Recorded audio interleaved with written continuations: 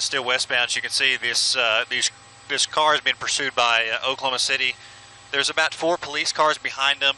We just picked them up at Eastern and Bryant here. The chase started a little bit farther southwest of our location here. The guy is pretty much going through stop signs, in and out of traffic here. At times he's been doing 40 miles an hour, and then the fastest speed that we've seen so far is about 80 here. So we're getting into a little bit of a congested area coming up on Western here off of Britain. So you know, it kind of bottlenecks down here to one lane as he crosses the railroad tracks. There's still some parking on the right side, so we'll just stay up here and see exactly what happens. Now he's north on Western here, so we're not exactly sure what started this chase or you know, anything other than that, but you know, you can still see we're north on Western here from Britain, being chased by 4 patrol cars here, Jolene.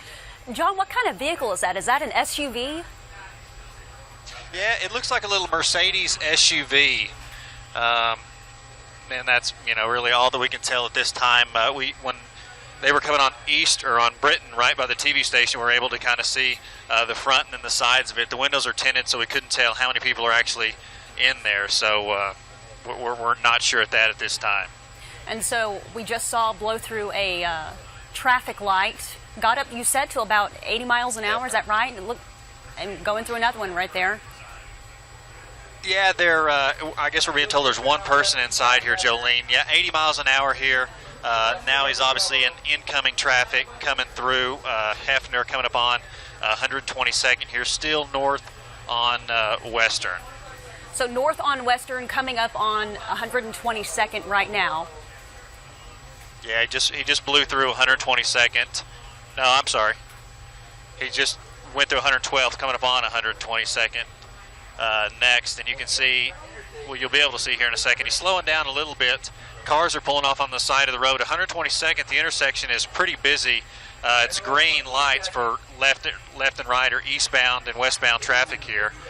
So either, you know, he's going to have to dodge a car here, or hopefully they can get out of his way and he doesn't cause an accident. Now he's going to be east on 122nd from Western, Jolene, back towards Broadway Extension. So he's going towards the Broadway Extension, he or she, whoever is driving that. And we can't tell how many people are in that SUV, is that right? Yeah, say that one more time, Jolene. We can't tell how many people are inside that vehicle. No, we've been told that there's just one person inside there, is what Steve Johnson told us at the desk here. Oh, Air One is on scene. You can just see he just pole. hit that power pole at Walnut and Walker. 122nd Walker. About 122nd. I'm sorry, Walker and 122nd, okay. Jolene. It looks like they've got their guns drawn there. The driver can't get out. Yeah. Someone's coming out of the back. There he goes. Yeah, apparently there's at least one person in there. He just came out of the back. So officers surrounding that vehicle. One person out. Okay, looks like they're dragging him out right now.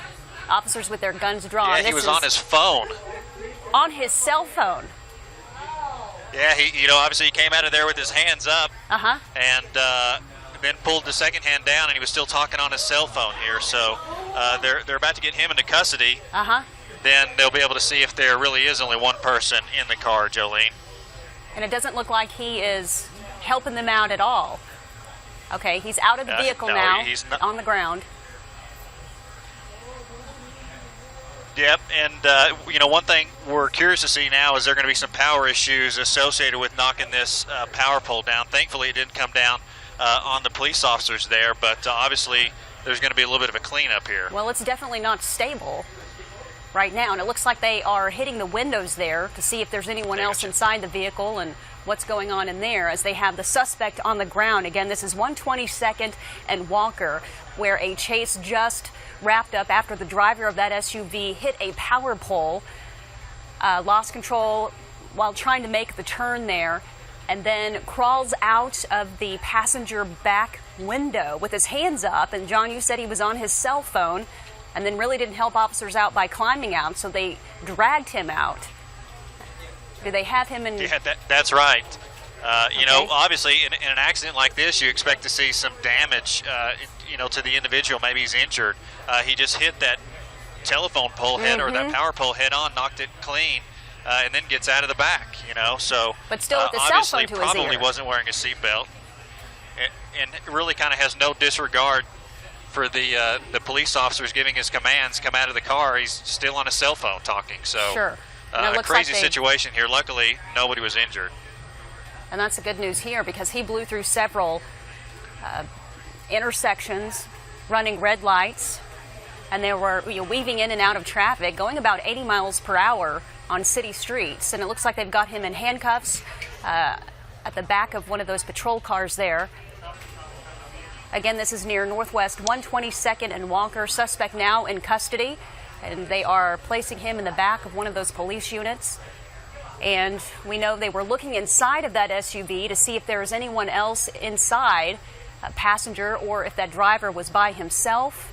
It appears it was just the driver, who is now in the back of one of those police units. Yeah, that's kind of what it looks like, Jolene. Obviously, they've been able to break the front windscreen or the windshield out. It doesn't appear there's anybody else in the car. Good news here, nobody hurt. We're not sure about the driver, but obviously not hurt too badly, as he climbed out of the back of that vehicle on his cell phone and now in custody in the back of the police unit there. And it didn't look like he hit any other vehicles. I don't know at what point you got in on this chase, but from what we could see, it didn't look like there was anyone hurt. He didn't clip any vehicles while weaving in and out of traffic. And it looks like he is now... Yeah, Jolene, we didn't see... We picked him up, like I said, at about... And it looks like we are... John, how's traffic right now? Yeah, really, it's flowing pretty decently. It's funny you say that, Air One. I guess the police officer just asked them how traffic looked, and it's actually going pretty decent here. The westbound lanes are obviously closed down. But as far as eastbound lanes, there's still one lane. The far north lane is still open.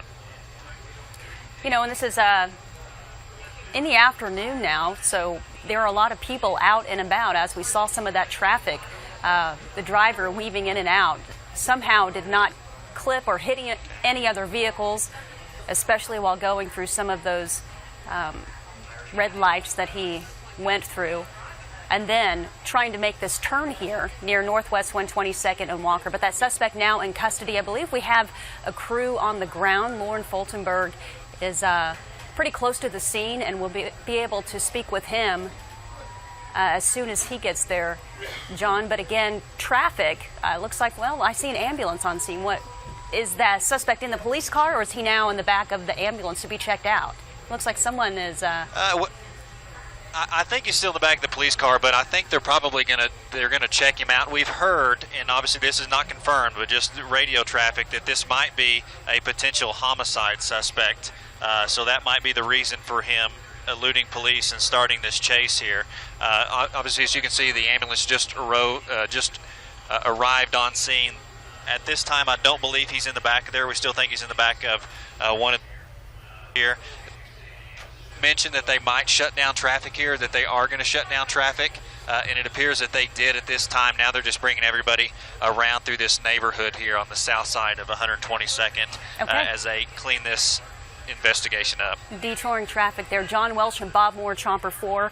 At the end of a chase near Northwest 122nd and Walker. We do have a ground crew that is arriving there shortly, and we'll have more information coming up at 4 o'clock. For now, we're going to send you back to programming. Thanks for joining us on this Wednesday, the 31st of May. I'm Lance West. And I'm Jolene Cheney. We begin here at 4 with a wild and dangerous chase through the metro streets. That chase coming to a violent end near Northwest 122nd and Walker. And that's where we find News Channel 4's Lauren Fultonberg. And Lauren, the suspect is also wanted in connection to a recent murder. His name's Chris Carter. It happened a couple weeks ago around Southwest 59th and Lee. But let me tell you about him as we show you what's happening right this second here on Northwest 122nd and Walker. A wrecker's just moved in and pulled this car away from the power pole that it had snapped clean off of its pole here on the corner house. You know, the utility crews are just starting to get to work here, and we're just starting to get to the cleanup phase of this. Take a look from Bob Moore Chopper 4, and we'll show you how it all happened. A car was traveling eastbound here. It had been trying to escape police officers for several minutes when it slammed head-on into that power pole. Believe it or not, nobody was hurt. The corner house, though, certainly surprised. They heard this, even though they didn't see what had happened. And now, as we're watching here, the cleanup is certainly underway.